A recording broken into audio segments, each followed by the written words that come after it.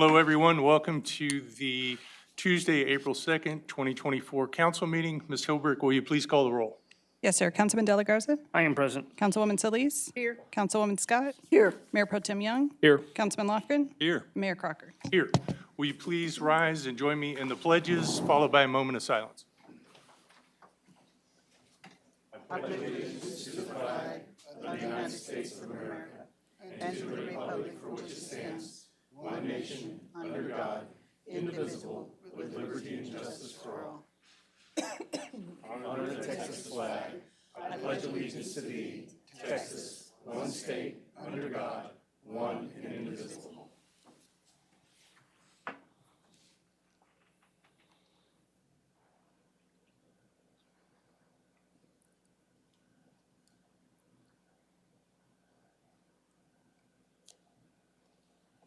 Thank you.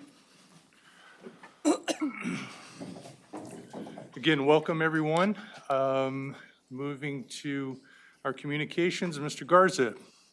Announcements and reminders today?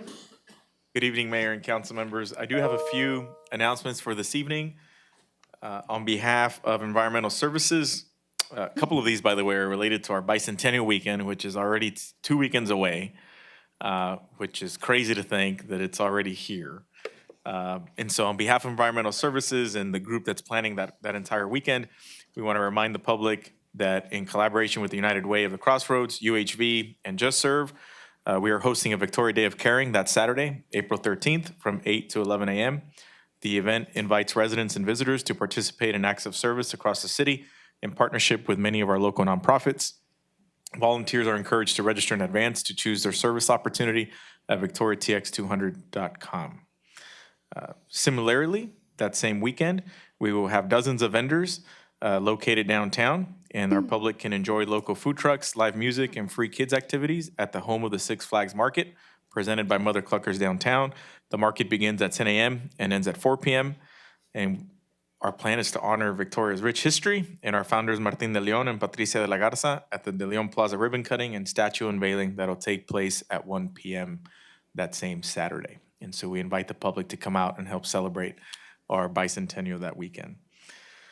On behalf of Development Services, we want to remind the public that applications are open for the 2024-2025 CDBG Public Service Agency and Public Facilities Grants.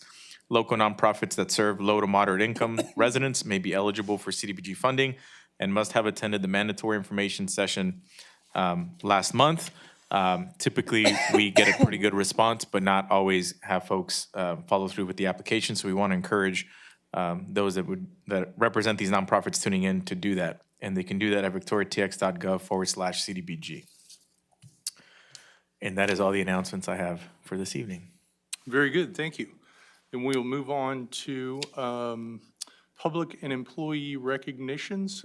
Item B2A is a proclamation for Child Abuse Prevention and Awareness Month. Ms. Hilberg, will you help me out here? Yes, sir. Whereas child abuse and neglect is a serious crisis affecting every segment of our community, resulting in 1,527 reports of abuse and neglect in Victoria County in the year 2023, and finding solutions requires input and action from everyone. And whereas our children are most valuable resources and will shape the future of Texas, and whereas child abuse can have long-term psychological, emotional, and physical effects that have lasting consequences for victims of abuse, and whereas protective factors are conditions that reduce and eliminate risk and promote the social, emotional, and developmental well-being of children. And whereas the effective child abuse prevention activities succeed because of the partnerships created between child welfare professionals, education, health, community, and faith-based organizations, businesses, law enforcement agencies, and families, and whereas communities must make every effort to promote programs and activities that create strong and thriving children and families, and whereas we acknowledge that we must work together as a community to increase awareness about child abuse and contribute to promote the social and emotional well-being of children and families in a safe, stable, and nurturing environment, and whereas prevention remains the best defense for our children and families, now therefore I, Dwayne Crocker, Mayor of Victoria, Texas, do hereby proclaim April National Child Abuse and Awareness and Prevention Month in the city of Victoria, and urge all citizens to recognize this month by dedicating themselves to the task of improving the quality of life for all children and families.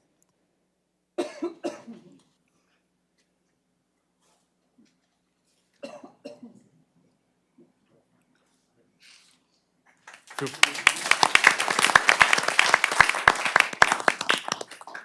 was going to say, feel free to say a few words. You were already taking off. That's right. Thank you. Thank you, Mayor and Council. My name is Brashad Young. I'm the Education and Community Outreach Coordinator for Hope of South Texas Children's Advocacy Center here in Victoria, Texas. I stand here not only for my organization, but on behalf of the Golden Crescent Children's Project, which encompasses a collaborative effort of different organizations working for the Child Welfare Service. In Victoria alone, we had over 1,000 reports of abuse. At our CAC, we serviced about 500 children, including about 54 to 56 forensic interviews. We really believe that it is a community effort. We always talk about it being a village to raise a child. It truly takes a village as well to protect our children. Our goal is to end child abuse, both physical and sexual abuse, by increasing the awareness, recognizing what it looks like and how to report it. We have several events throughout this month that recognize child abuse awareness. Two that I would like to bring to light, of course, are our Darkness to Light, which is a national recognized intervention that teaches the signs of child abuse and how to report them, as well as our MDT panel discussion. Both will take place April the 11th at the Haas venue. And to end the month, we have our 5K at Riverside Park, Laced Up Against Child Abuse. So everyone asks, what can I do? Well, there's several things that you can do throughout the year, including supporting our organization and the several others that encompass the Golden Crescent Project. But you can also participate in the two events that I mentioned, including the Lace Up to End Child Abuse. Those, both registration and more information, can be found on our website and our social media platforms. Again, I'd like to thank you all so much for having us here and also signing this and taking a step and showing our solidarity in ending child abuse. Thank you. Thank you all for your important work. We appreciate it. Mr. Garza, can you help me out with 2B? Absolutely. Christy Euchre could not be with us this evening, and so I'm introducing and asking our Keep Victoria Beautiful Chair Meredith Burr to come up and present our April Business Beautification Award. Thank you. I am a poor substitute for Christy, but I'm happy to be here. So I hope you guys are all having a nice evening. You know that we love to celebrate our local businesses that are doing a fantastic job of making Victoria look good.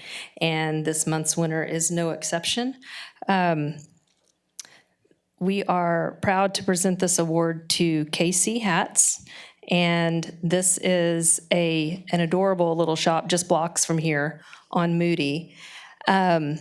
Brittany told me that April marks 1 year in this location.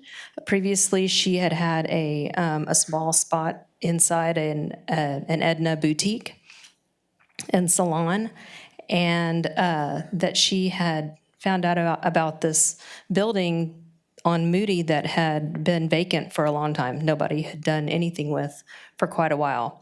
And you can see there's virtually no green space. Not a whole lot of color going on, but it's amazing what a creative person with a vision who really cares can do, because this is just absolutely, it's so cute in person and very deserving. And in fact, KC Hats has garnered 2 nominations since January by 2 different people. And so people are driving down Moody and noticing this, bright little ray of sunshine. And so without further ado, I'd like to present this award to Brittany Lesker of KC Hats.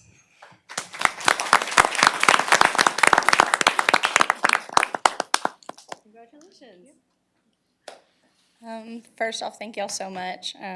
It's labor of love anytime you start a small business, and the 10th will be 1 year. And so I'm really excited to hit that benchmark and hope there's many more to come. I specialize in restoration for Western hats, fedoras. So you got grandpa's old hats, some of y'all's. There's no need to continue to buy them new when you can just restore them. So that's what I specialize, is bringing life and the history back to a hat, keeping some of the memory in it. Of course, we sell hats too and offer hat parties and fun things for both men and women, and you know, the men, I get most surprised by the men. They once they realize they can customize a hat, they're actually my ones that their hat bands are some that I don't really necessarily think they would choose, or different things like a velvet ribbon, and I had to buy more velvet from my men, which was you know, something that you wouldn't think, and I actually see that more in the older generation than the newer generation, that they're like, oh, you can do this for me. So that's what we offer. My dad's in the shop almost every day. My kids help me out. So I'm hoping to just keep expanding and staying at the location I'm at, and it still be a family-run business. So growing up here, that means a lot, and roots in downtown Victoria. So thank y'all so much. I really appreciate it. So. Thank you. Congratulations, the shop looks great.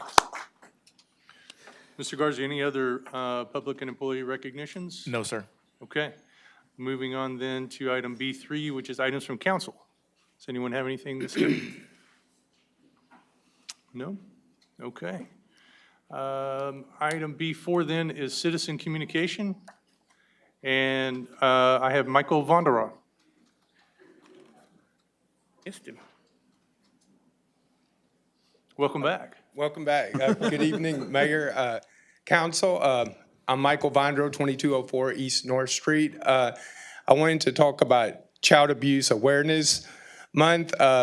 We have people at Murphy's. It's over by Whataburger on Delmore, and they're forcing their kids to panhandle. You know, one kid is like 15, and there's a 12-year-old daughter, and they making them put signs up and panhandle. It seems like it's the adult that should be panhandling. You know, I don't know if that's child abuse, but it seems like there's coercion or oppression, because they really don't have no choice but to obey their parents. Kind of like when you work for someone, you have to do what your boss tells you to a point. And they started at Wendy's on the Houston Highway, and they worked at Murphy's, and I just wonder why they're not in school, because it seems like they're always there at the hottest part of the time, and this just continues, and it's no more than using the kids as a ruse to get money, you know.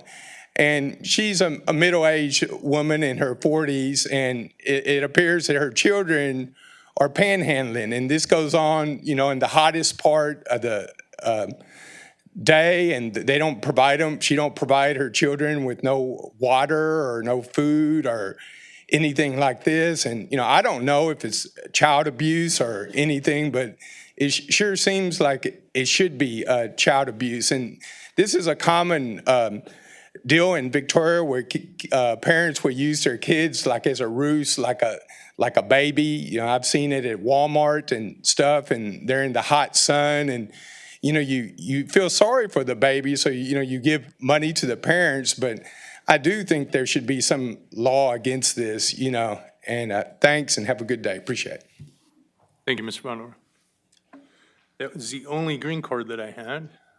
So then we will move on to item C1. Item C1 is an ordinance approving a budget amendment to the FY 2024 budget in the amount of $45,000 to cover the cost of the May 2024 election. This item is on first reading. Good evening, Mayor and Council. This item is to amend the fiscal 24 budget for the May 24 election. As you may remember, in January, we amended the budget for the special mayoral election for $60,000, which at the time we had expected to cover the cost of that election. Due to some changes to the state legislature and the election code, the county had to purchase new equipment to become compliant with the auditable voting system requirement, which if you have voted this year, you'll notice the change that you now have a paper ballot that you put into the machine, pull it out, and put it into another machine. But historically, the city's been charged a rental fee of 10% of the cost of these machines. So due to the high cost of this new equipment, that fee went up significantly. For the February election that we just had, our total cost was $113,000. Compare that to July 21, we had a special election which only the city participated in. Our cost was $61,000. And the other two that are listed there, those were split with other entities, so that's why those are a little bit lower. Thankfully, for the election coming up in May, we will be splitting the cost of that election with some other entities. April and I met with the election administrator recently to kind of go over an estimate of the costs based on the number of polling centers and machines that would be in use. And she projected that our cost related to the May election will be about $50,000. So that's why we're asking today for a budget amendment of $45,000. You can see we had just under $7,000 left after the first amendment. So that should provide us with the funding that's needed to cover the May election. And this funding would come from the general fund balance. And I'll be happy to answer any questions. Anybody have any questions? They care to share at this time? Okay. Thank you for the information. With that, then, I will open up a public hearing on item C1. If you have comment on this matter, please proceed to the microphone. Seeing none, I will close the public hearing and entertain any motions. I was going to ask one question. Yes. Wesley, that's not going to affect the 25% that when you have in fund balance, right? No, Pam, it won't. Okay. That's fine. Oh, Wesley, while you're up there, I will have a question. Our cost is based upon the number of eligible voters. Correct. That cost of about 50,000, the mayoral election was what, 120? 113. 113. Yeah, I think 113, it was yeah. on there. That would have been based upon the number of eligible voters as well, correct, or no? No, that they allocate our costs based on the number of eligible voters, but since we're the only participating entity, we get 100% of that cost. Okay, so for a whole city, it costs us 113, but for one district, it costs us 50. Just trying to That doesn't make figure out the sense. math from Right, from that standpoint. Right. We had discussed that with her. It's because I can't remember. I don't know what year it was. April might have more information, but your only eligible voters are in that district, but they can vote at any polling center in the county, and that's the reason why we're having to split the cost of the other polling centers.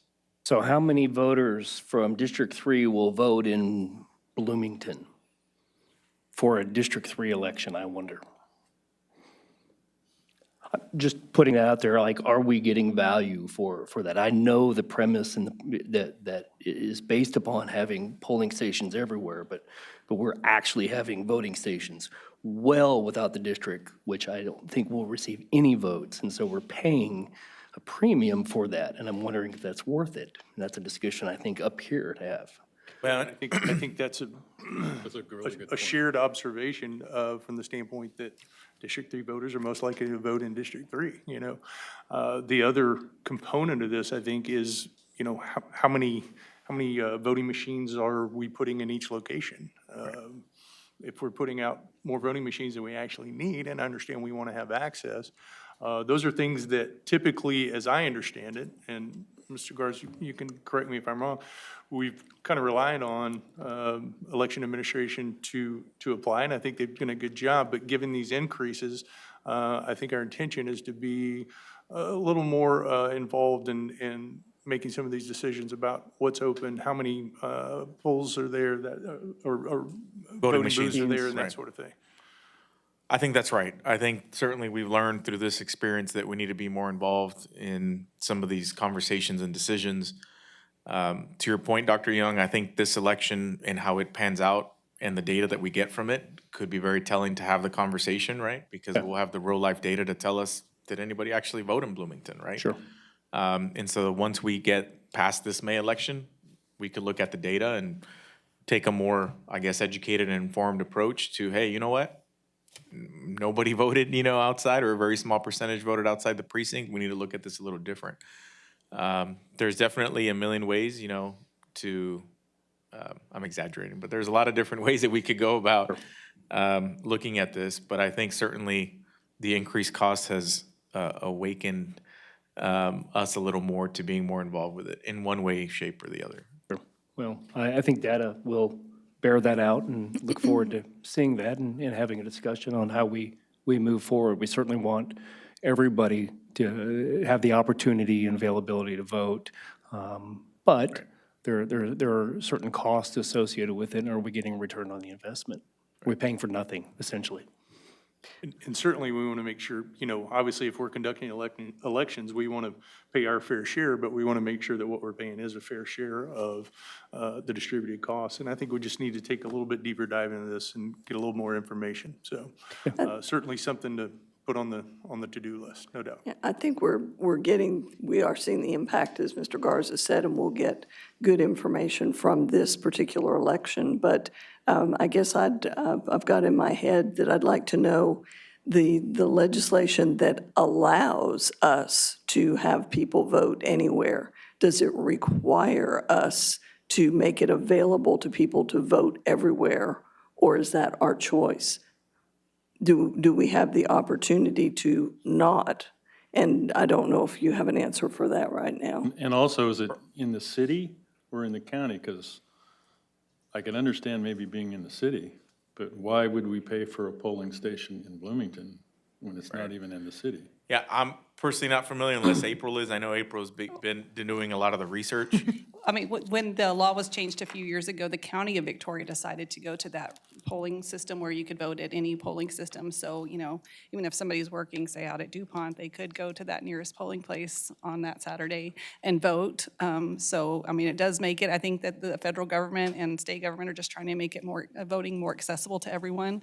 As far as your concern about the machines, Wesley and I did speak with her about that. She kind of determines how many machines might be needed based on how many people have maybe historically voted at that particular polling place. But remember that even if you have one machine at a polling place, you have a regular machine, you have to have an ADA machine, and now you have to have the machine that reads the ballot. So that's already 3 times more machines at one place. And of course, the ADA machine costs more than a regular machine, and the final machine that you put your ballot in, then they also have to have an additional worker that stands at the door to make sure you don't take your ballot with you. You're actually putting in a machine. So those costs are just driven up regardless. But we did speak with her, and she intends to, try to control the cost of the election based on, how many machines she puts at each polling place. And this time, going with voting based on how many eligible voters we have, we're actually the second highest entity in this particular election. Drainage District 3 has way more voters than we do, so they'll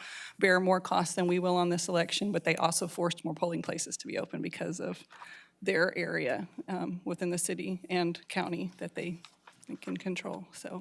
When we have And we won't be the only ones that are obviously dealing with the increased cost, so I suspect that every jurisdiction's probably gonna be having similar questions.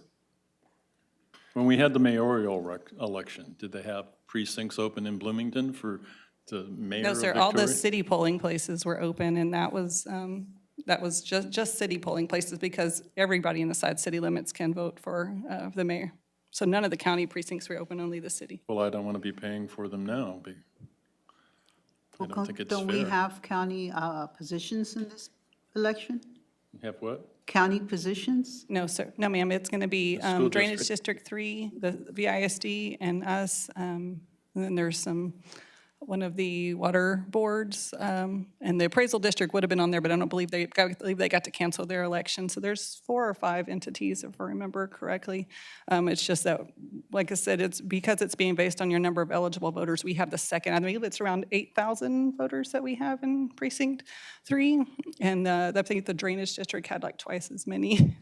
And So- I still, the question is, just because the county chose to open up all the polling stations, does that mean that the city has to have its ballots available at all the polling stations? Or can the city say, no, don't make them available, and Bloomington make them just available? That would be in a the city question we'd limits? have to pose We need with to Ms. ask. Hill. And Yeah. we can certainly look into that a little bit further, but remember that we, in essence, hire the county to run our elections for us. And so, Which is, we another also have to question. be mindful of the fact that, we are hiring a third party, in essence, to run our election for us. Legally, we could run our own elections. Right. Some cities do that. Some cities buy their own equipment. They do all that. I know April would love, no, I'm just kidding. I can tell you that I went to a regional city secretaries meeting about a month ago, and one of the biggest topics we were talking about there, and with another elections administrator from San Patricio County, and she mentioned that really the state is trying to get cities away from running their own elections, so they're making it harder and harder. There's only 2 companies in the entire state of Texas that make the machines that meet the state law on what you have to have, so then they won't directly rent to a city. They will only rent to counties or elections administrators, so your hands are almost tied in some ways, then that's one of the things that they're almost forcing through. So as an example, in the city of Kingsville, we ran our own election, but we still rented the equipment from the county. And so you're technically not necessarily saving money on the rental of equipment part because you're still having to rent it. So there's pros and cons with all of You'll that. have to have people to run your election. You're still But, hiring the same. Yeah, all I those will same say though things. that I do think that our elections division with the county, I think is a pretty legit, sophisticated operation. We don't have any issues with them, from staffing perspective or any concerns or ethical concerns or no concerns whatsoever, right? The only issue is just how can we get a better handle around the increased cost? Yep. And if that's the case, then I think we need to just look at the data and have conversations with them on how we can just have better control over the cost part of it. Sure. And I will echo that, I think Ms. Hill and her staff do a fantastic job for us, and this is in no way any questioning of what they've done. It's fantastic service, and we appreciate their willingness to communicate with us and provide us with some additional information. So I would say on this topic, there's more to come. Stay tuned, and when we have more information, we will share it.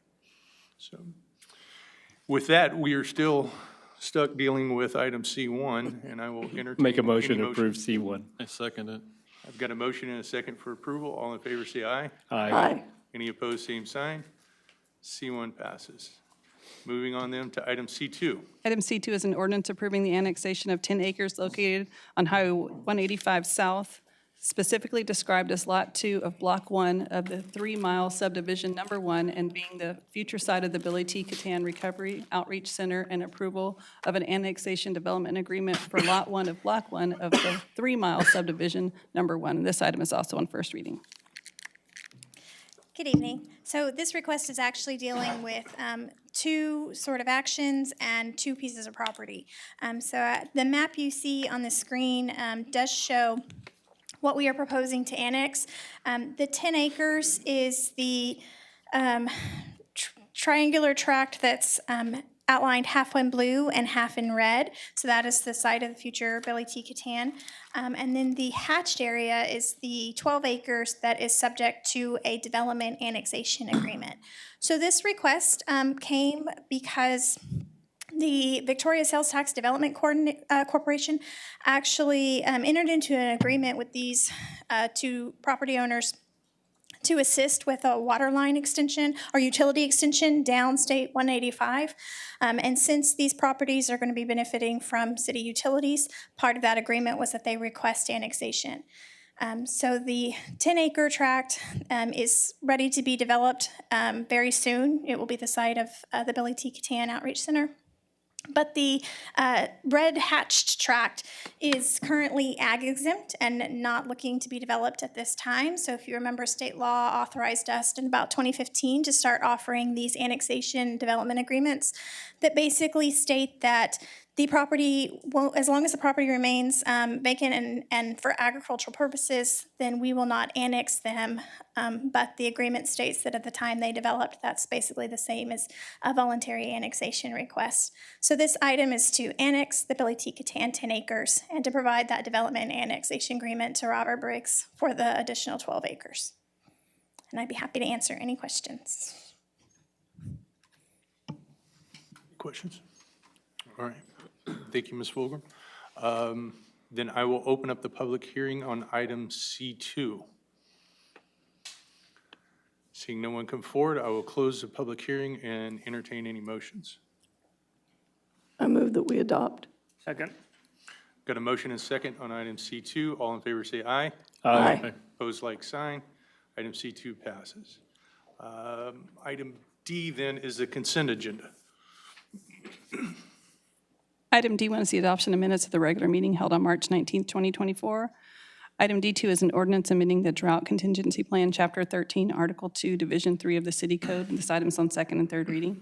Item D3 is a resolution appointing a dentist to the Board of Health. Item D4 is a resolution approving the purchase of ultraviolet bulbs and modules for the Odom Street wastewater treatment plant from XLM Water Solutions Incorporated in the amount of $53,341. Item D5 is a resolution approving the purchase of a raw water pump from Odessa Pump Equipment Incorporated for the regional wastewater treatment plant in the amount of $108,937.50. And item D6 is a resolution approving a contract with Prestige Building Group LLC for the Public Works Facility Exterior Construction Integrity Project in the amount of $221,500.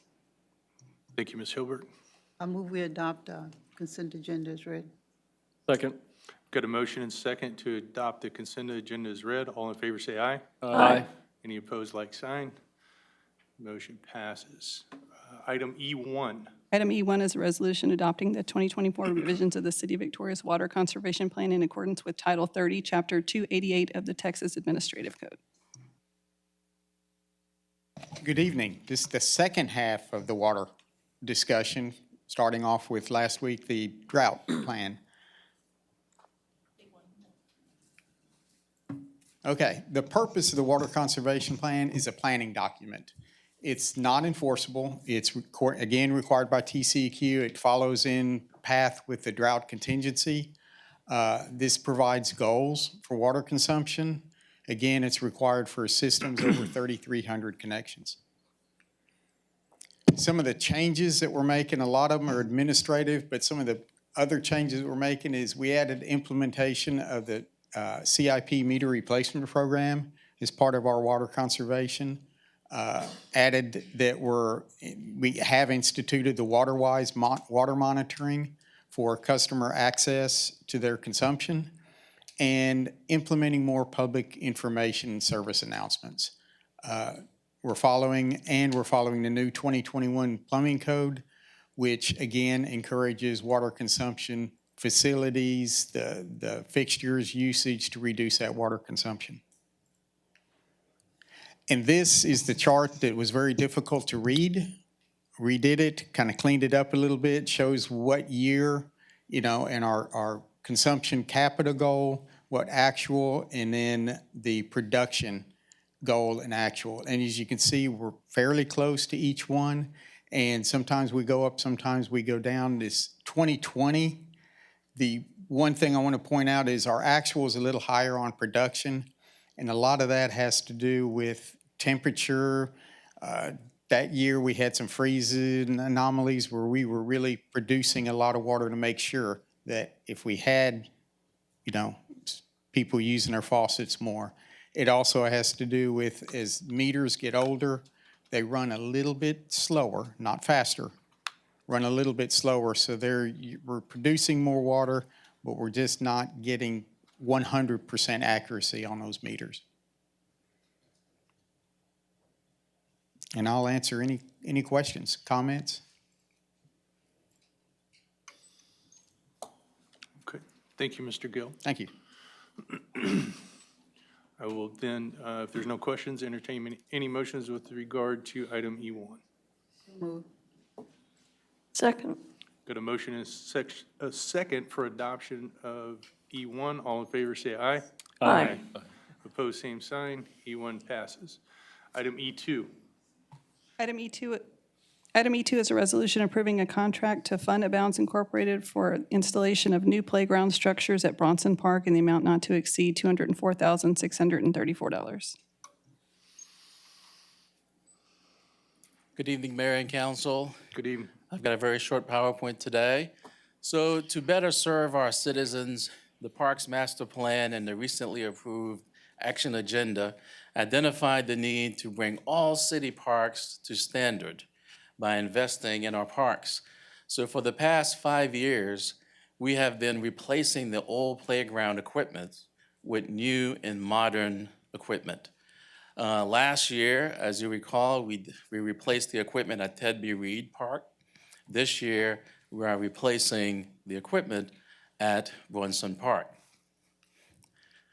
So where is Brunson Park located? It's at the corner of Laurent and Goodwin Street, most commonly corner of Port Lavaca Highway and Laurent. The park was built back in 1965. It is indeed our smallest park out of the 17 parks that we have. It's only 0.9 acres. Now, the equipment is about 30 years old. So it's old and outdated. The equipment is primarily plastic and metal, and it's not covered, which therefore means it's extremely hot to play on, especially during the summer. So what we want to do with this contract, council, is to demolish the old playground equipment and essentially replace it with the new and modern structures. And it will be, one, we'll replace it with the new and covered play structures.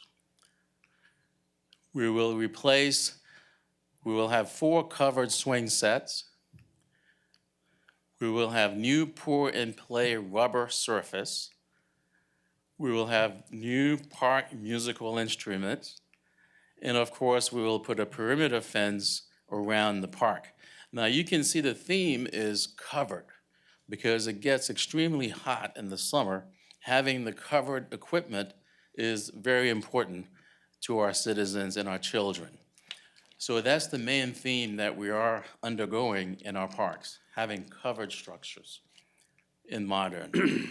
So the total contract is with Fund Abounds, is $204,000, and the funding is from the one-time parks budget.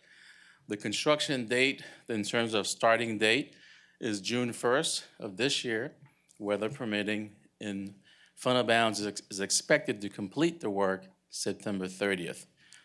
So staff, with that said, staff is recommending approval of this contract with Fund Abounds. Thank you, Mr. Etienne. Any questions?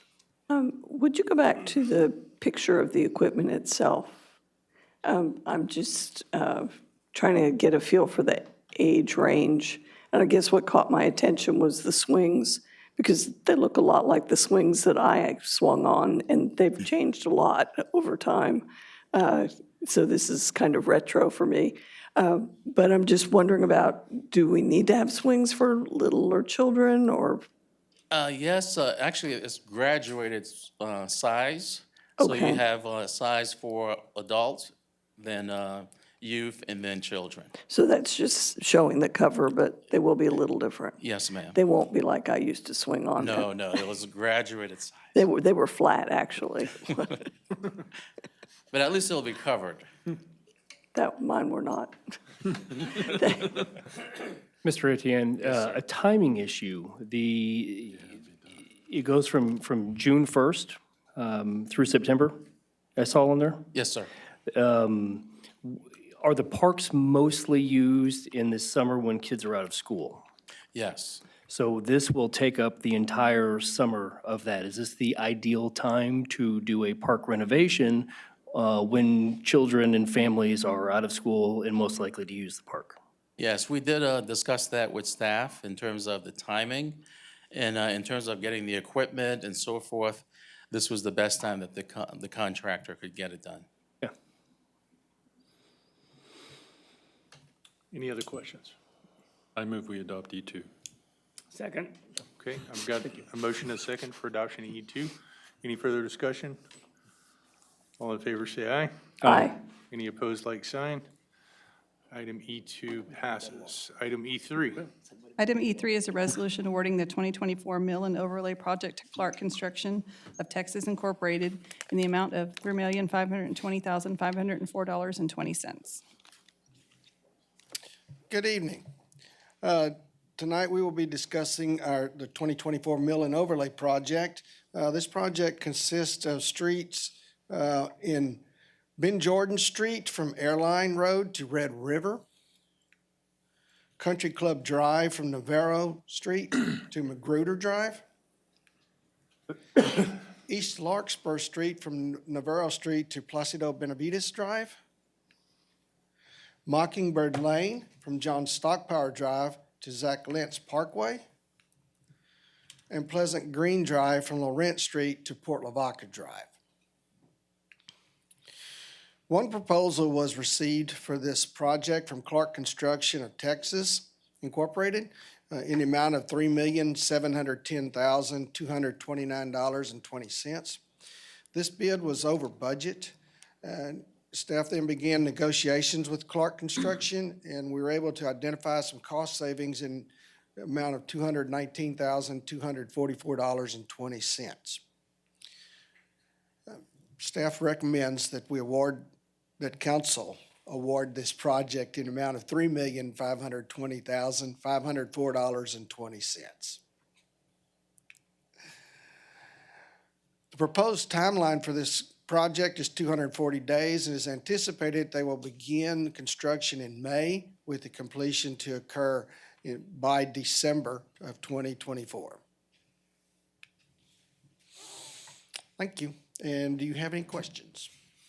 I have a question. It seems like lately, we only get one bid on a lot of projects. Even the parks thing there was one bid. Is there some reason behind that? Ironically, the mayor brought that same issue up this morning during our one-on-one, and not one-on-one, everybody else was there, sorry, you were there too. You were the only one talking, though. So. Yeah, that's true, yeah. In any case, we agree, as staff, we agree that it would be ideal to have more than one submittal. I do think geographically, it's challenging to receive more than one submittal, excuse me, because it's very difficult to get contractors out of the larger metro areas to come out. That's a challenge that I don't think we're rural, but we're far enough away from large metro areas where that can be an issue, especially with a lot of work going on in those metro areas. A lot of these contractors feel like, well, why am I going to put in a bid and take my crews, 2 hours away when I got plenty of work here locally? The times that we have convinced historically contractors from the larger metro areas to submit, they submit at a higher rate because they have to worry about putting their crews, overnight, higher mobilization costs, et cetera. While it's not ideal that we are only getting one bid, we're truly blessed that we actually have one company that is based out of Victoria. Now, I know that the name of it is Clark Construction, but Clark Construction, recently bought out Brandon Paving, and so they do still have a local presence. And so we're fortunate that we have a company here locally to do that, because I'm sure David could attest in working with smaller rural communities that it can be nearly impossible to get anybody to bid anything sometimes. So while it's not ideal, we're blessed to get that. We did discuss some creative ideas though with the mayor that I'm happy to share during an upcoming one-on-one on strategies that we can pursue to try and ensure that we're getting the best competitive pricing, even if we are just getting it from one. So anyway, I hope that helps. We are mindful of it. I shared the same concern, obviously, Mark, because I believe when we awarded a contract, either the last meeting or the meeting before, Clark was the only bidder. And I would just, the question was, hey, is there anything we can be doing different? And obviously, we'll need to look at that. Yeah, and in the past, occasionally we'd have 3 bids for something. And it must be that, like he said, the metropolitan areas have a lot of projects going on. Why bid on a project where you have to drag your people all the way to Victoria? I can understand that. Well, and I do think, if we think back to, several years back, you may recall our shift to trying to take a best value approach. And I think what happens too is oftentimes, you get companies to submit bids, but when these companies aren't getting the projects awarded to them, they're just going to stop wasting the time to submit a bid if they don't think they have a true chance at getting the bid, right? And we have had, in the last few years, some bids that are literally within dollars from each other, that we have asked ourselves, well, wouldn't it make sense to take a best value approach and diversify the contractors that we work with, right? And so now that we're taking the best value approach, it probably is worth, reaching out to these companies to tell them, hey, you know what, we're not taking a low bid approach anymore. Now it's best value. We can't guarantee that you'll get awarded the bid, but your chances of being considered are much higher now that we're taking the best value approach as opposed to low bid. And so that's something that we can try and just see how that plays out. And I'll point out too, I know we're 2024 post-COVID, but there's still a lot of federal relief money from COVID that's floating around to different governmental entities. There's lots of infrastructure projects, and some of those out-of-town contractors, there's plenty of work where they are. And so, maybe as that cycles through, we can see some improvements, but certainly we need to look on our end and make sure we're doing everything we can. But I think it's also important that the public understands that. Yes. And when you live in an area that's not a large metropolitan area, you don't necessarily have all these people bidding for a project. So sometimes a road may cost you slightly more than it would cost you in Houston or San Antonio or Austin, for example. I think it's important that people understand that. I move we adopt E3, is it? Second. Okay. Got a motion and a second, Ms. Scott? I actually had a couple other questions, if you indulge me. First of all, I understand, or I think I understand, adding a whole bunch of roads together, even though it's not a continuous project, because I think that makes the bidding more attractive. Yes, ma'am. However, with this being all in a package with 240 days, is there a check and balance somewhere that they won't set up the orange barrels all over town and leave them there and then bring the equipment in to start milling over? Will we have some type of control that we won't have construction everywhere at once? Okay, yes, ma'am. I understand your question. You're asking, will it be one street at a time and then move to the next and not try and do a little bit here, there, and yonder and have it all across town be disrupted for traffic? Right. Yes. Yes, ma'am. There will be, and typically the contractor will want to come in, do the work on one segment, complete that, and move on to the next, rather than have everything where somebody from their company has to go and monitor and maybe reset barrels that have been moved or knocked down or whatever. Okay, that's helpful. And the mill and overlay process is very quick. It is. They typically come in at night, and before you know it, they've milled it one evening, right? And then the next day, the next night, it's overlaid, right? So it's a fairly quick process.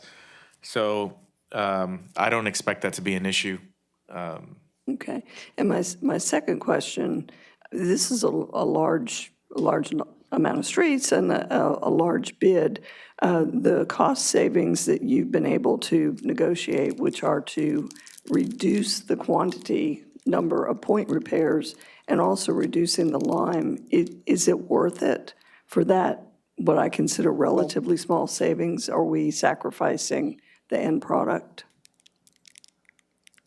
Yes, ma'am, it is worth it. What we feel is that after driving the streets with the contractor is that we probably overestimated the quantity that we needed. You and I had a discussion before the council meeting began about Ben Jordan Street. Mm-hmm. Ben Jordan Street, we did not reduce any of the quantities that were in that portion of the bid because we do anticipate, because of that condition of the street, that one segment will need more point repairs. Okay. All right, that actually helps. Thank you very much. Welcome. Thank you. All right, I've got a motion and a second. Any other discussion or questions? All right, all in favor say aye. Aye. Any opposed, like sign? All right, item E3 passes. With that then, we move to city manager reports. Mr. Garza? None for this evening. Okay.